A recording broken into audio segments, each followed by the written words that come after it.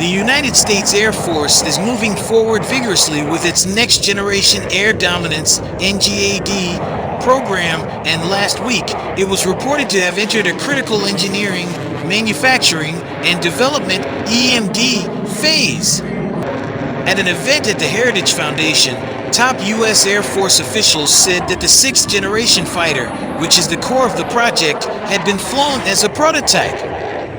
The X-plane has been designed to reduce some of the key technologies that will be required for the production program.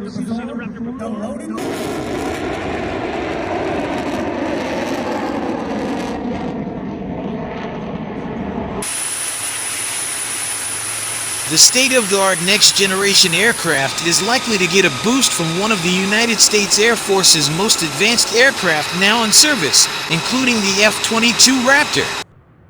In April, it was reported in late April that the Lockheed Martin F-22 Raptor was being used as a test replacement for technology being developed as part of the NGAD Next Generation program.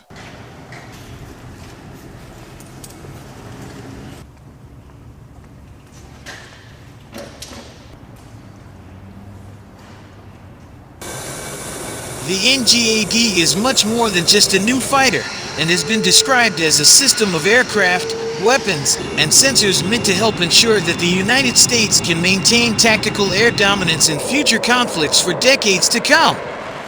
NGAD is also on track to become the most expensive aircraft program in history, which may explain why the F-22, the world's first fifth-generation multi-role air superiority fighter, has been used as a testing ground for several advanced technologies.